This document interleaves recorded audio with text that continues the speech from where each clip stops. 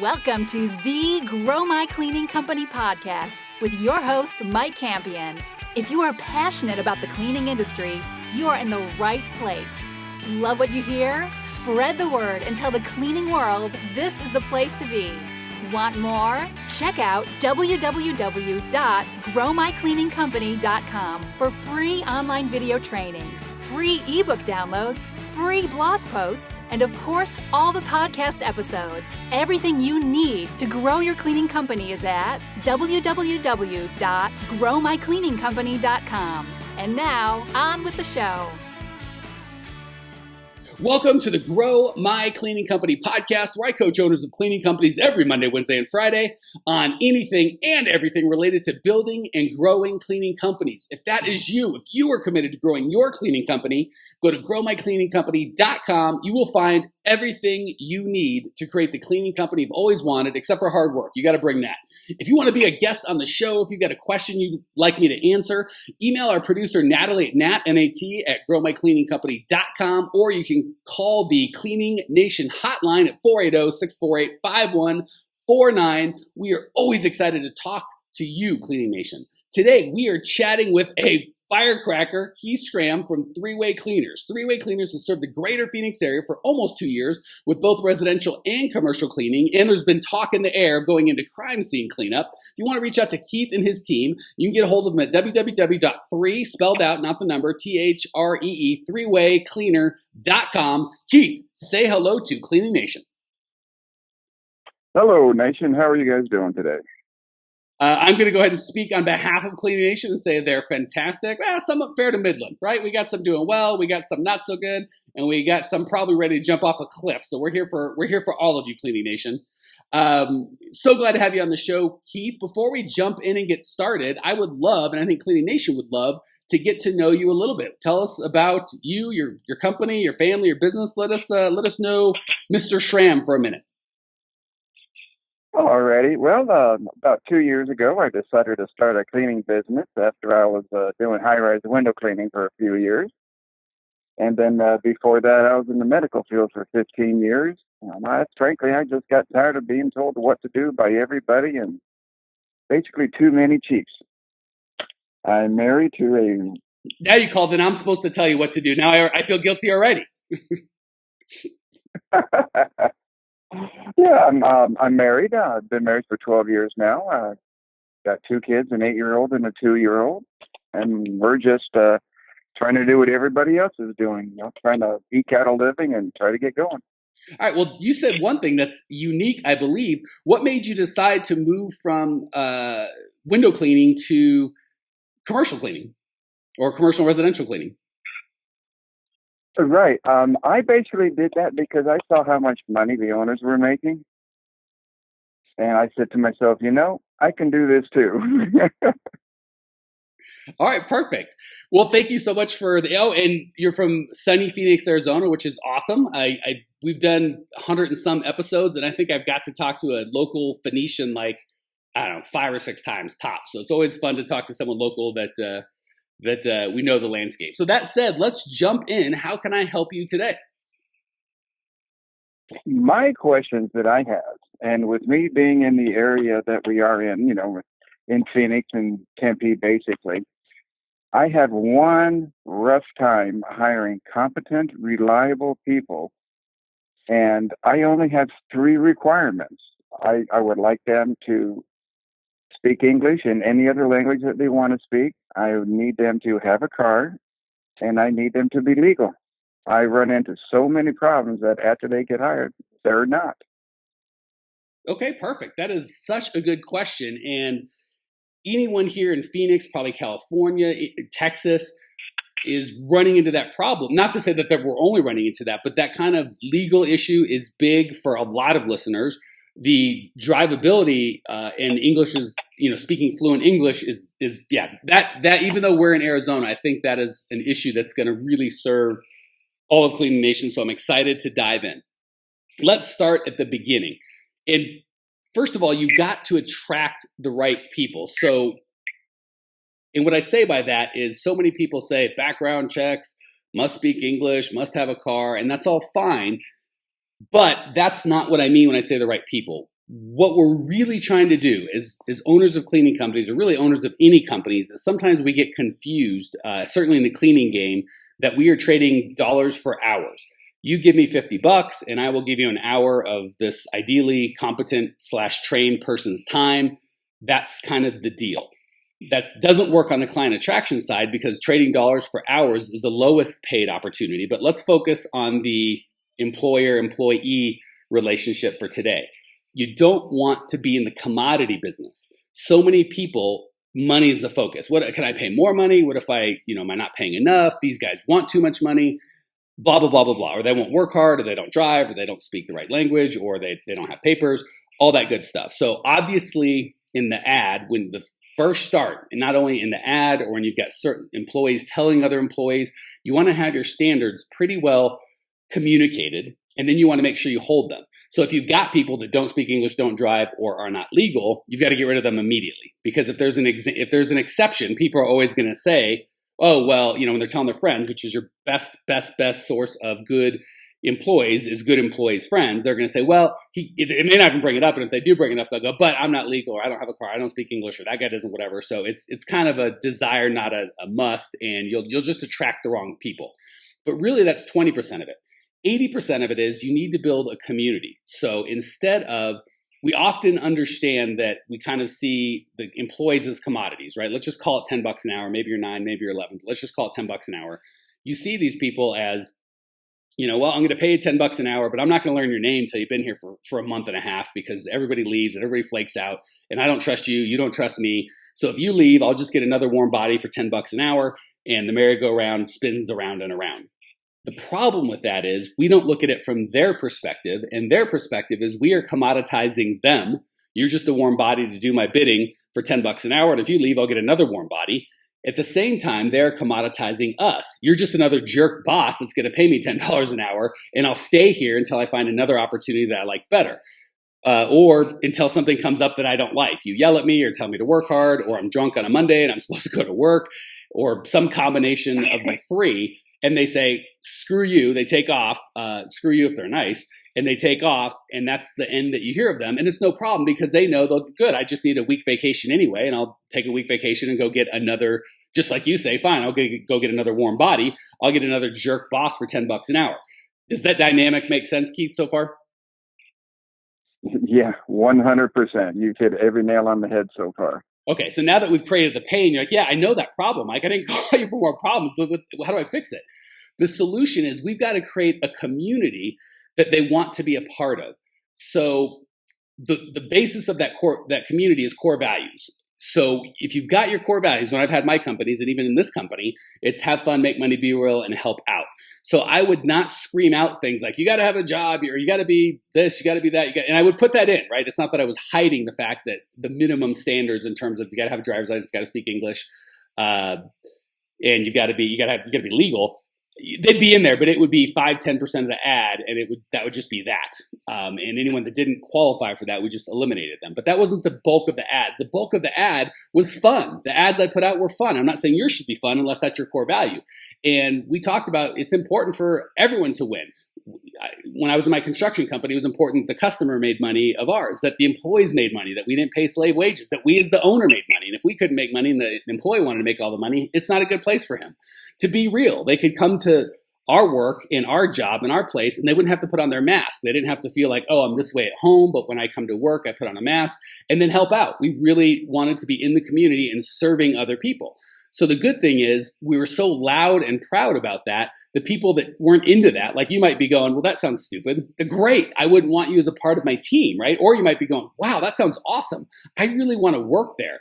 Great. That's the people I want calling. So first step is to really identify your core values. And this isn't Three-Way Cleaner's core values. This is Keith's personal core values that you take with you to your business, whether you like it or not. And then you make those really loud and throughout everything you do, pre-hire in the advertisement, in the interview process, when you hire them, through the training process on ongoing training. Every piece and part of your business screams out when it's customer facing, when it's employee facing, vendor facing, banking facing, community facing. Everybody knows what you guys stand up for, and that's what you want to be a part of. Apple is a perfect example. I don't know for any of you that own an Apple product and have been into the Genius Bars or an Apple store, you'll probably notice the difference in caliber between a Best Buy employee, a Pizza Hut employee, and an Apple employee. And the Apple employees get paid a little more, but it's not like they're making 80 grand, right? These are not highly compensated individuals. But the reason those people are so amazing is they didn't come to Apple for the money. And they get like 100 applications for every one person they take. The reason is they've got such a strong culture, people that are all about innovation and being cutting edge and being cool and being a part of that community. Those are the only people that show up. So when they go, well, I could make 40 grand over there and Apple's only paying 30 grand, it's like, well, or 15 bucks an hour. Well, gosh, but I can't get that Apple experience anywhere else. The same with Pixar. I'm reading a book on them. They get like 1,000 applicants for every one intern they can take. It has nothing to do with pay. It's all about the community. Everybody knows what they stand for and believe in. And hundreds of thousands of people in this country stand for and believe in the same thing. And those people are attracted because you are the only provider that can give them that, right? Everybody can give them 10 bucks an hour, 11 bucks or 12 bucks or whatever you can pay, someone else can pay more. But that community, that culture, those shared core values, you are the only one that can get that. When I was be real, have fun, make money, and help out, if that's what you were into, there was no other company in the greater Phoenix area that was either into that and advertised about it, right? So maybe they were into it, but nobody knew. It didn't count. Maybe they were advertising, but that wasn't really them. It doesn't count. I was the only one that was the real deal. So we had people coming to us all the time, not slobs, gainfully employed people with our competition going, I would love to work where you work. How do I get in? Are you guys hiring? That's the vibe that you want to set up where they're coming to you because they're attracted to your core values, not because of that dollar sign, which they know and you know they can get that $10 an hour anywhere else. So that is my official rant. Any other pieces, questions, comments, thoughts? Tell me where you're at, my friend. And again, you said pretty much everything right there on the spot. You know, sometimes I'm 15 bucks an hour, sometimes I'm 12. You know, well, we had this one individual that came in, worked for 3 days, and demanded a $3 raise because I hired somebody else at the same price that she was getting paid. You know, so I understand exactly what you're coming from. You know, and lo and behold, guess what? 2 days later, two days later, you know, they both up and quit. I said, oh well, you know. So that's a perfect example, and I want to share that with not just give you feedback, Keith, but I think that'll help with Cleaning Nation. When someone comes to you like that, they're violating the core. For me, that would have been a core values violation. So the conversation you might have had, since you're not built around core values yet, is, are you out of your mind? You just got here. I'll smack you in your face if you come to me with that crazy talk. There's no way I'm giving 50. You just got here, right? Which, if you're not core values based, that's a reasonable response, right? Or, you know, if they were really good and you want to lose them, maybe you were nice and said, man, I really appreciate you coming to me and I really want you to be happy. But quite frankly, you haven't been here. You know, you might have given the politically correct version of, are you out of your mind? But either way, the answer was, are you out of your mind, right? No matter how you said it. Fair? Exactly. Yeah, correct. So let me just paint the picture of what that would look like if start to finish, if you had attracted them with core values. So first of all, had you attracted them with your core values, it wouldn't have been, because right now you're attracting them with good benefits, opportunities to learn, we'll train you, good money, right? Whatever. I don't know. I haven't read your ad, but I guess it reads something like that. The problem is everybody's ad reads the same thing. So maybe they've trained themselves or been trained by their former employees to go hold people or employers, pardon me, to go hold them, their bosses hostage. So they know the only way I'm going to make any money is to come in, do a good job for a couple of days and demand more money. And if they don't, I'll just blow out and go find another place. That's their paradigm, and you attracted the wrong guy. Had you put in the thing, be a part of this community, and we're all about helping out, they wouldn't have probably made through the interview process, because it's not helping out to try and hold you hostage or be like, I'm going to quit if you don't do. That's not helping out.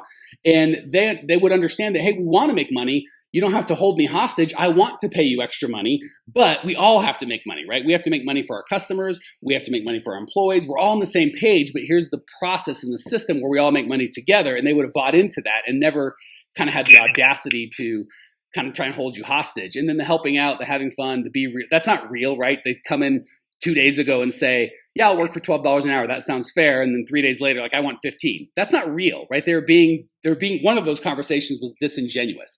So they probably would have never come to your shop had you they probably would never applied for the job had you your core values loud and proud. Second, they would have never made it through the application process because it would have been an obvious core value disconnect. Even if they were able to fool you and pretend like they did match up your core values, you would have been so loud and clear about what you were doing, they'd be, forget it, I don't want to, this isn't even a company I want to hold hostage. You're just not what I want, and they never would have come aboard.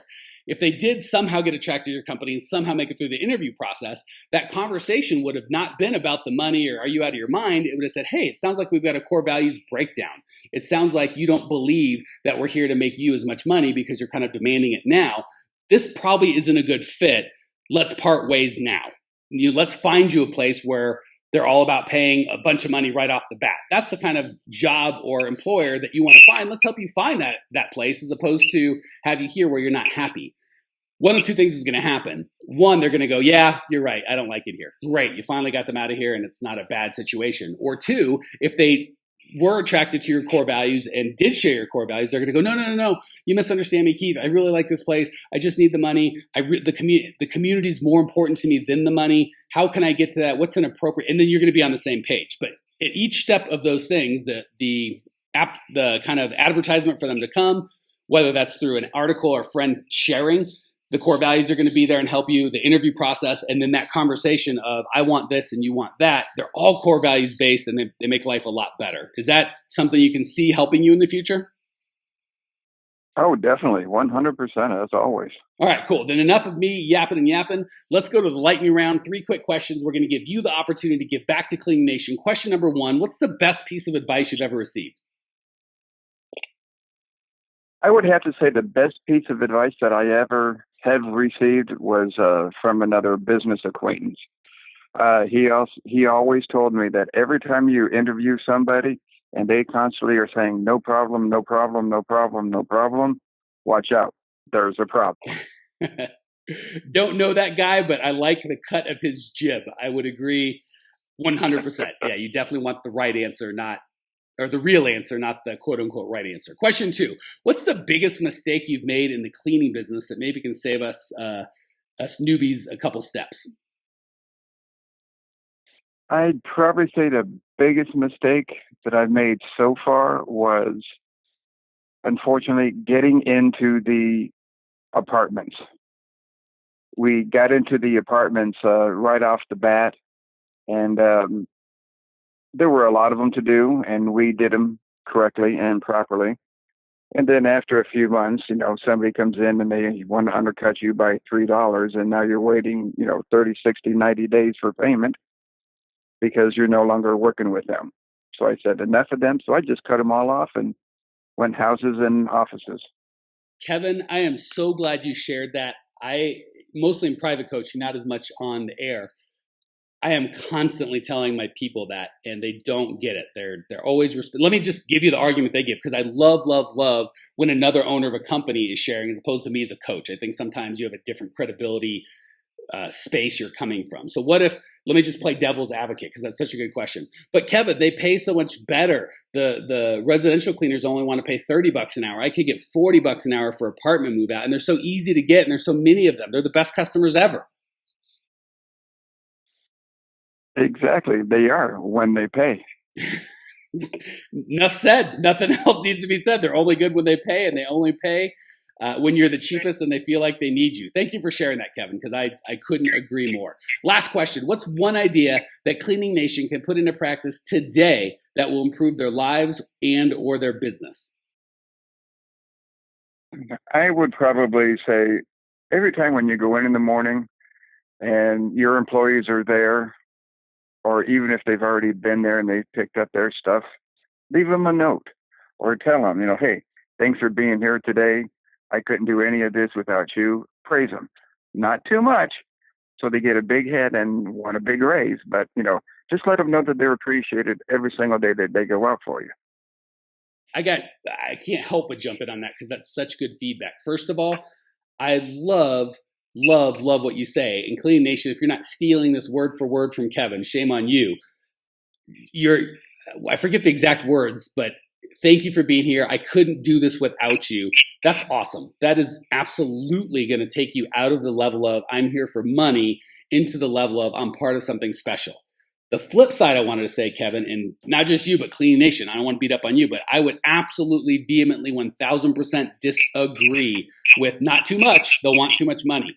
That's a cancer. That's bad thinking that's going to eat your lunch. Now, what I would say is nothing fake, right? If you don't really feel like you're glad that that guy's there and you don't like him, don't put a bunch of fake praise out there. But if it's real and it's earned, do that be real, right? That's for me, that way I would never be able to say not too much, because I'm like, well, it depends. If I really do appreciate them and they really are that awesome, I can't tell them enough. I forget who it was, so I'm absolutely stealing it, but someone up smarter than me said, once you've given 10 compliments, then you can feel like you've earned the right to give your first correction. So I don't think that you can give too much praise as long as it's sincere.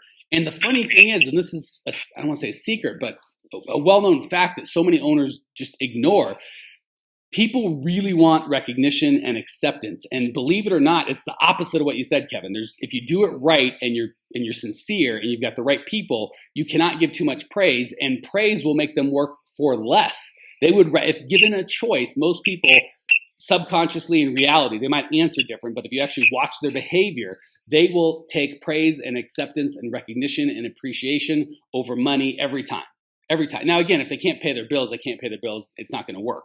But if they're in a place where they could pay their bills and it's between $11 an hour and $12 an hour, neither one, it's not like one's $100,000 a year and one's $10 an hour, but between you and any competitor you have, they're going to take praise and recognition and acceptance every time. So you almost can't overdo that. Okay, enough of that nonsense. We're running long. Keith, I don't know where I got Kevin. Keith, thank you so much for joining us. Thank you for sharing your passion and your desire to grow. I appreciate you. Cleaning Nation appreciates you. If you want to check out Keith's show notes page and discover everything you need to grow your cleaning company, it's all growmycleaningcompany.com. Leave your questions, your comments, your rude remarks, and I will see you there. Congratulations! You are now 16% smarter. Still can't get enough cleaning goodness? Go to www.growmycleaningcompany.com for more of the good stuff.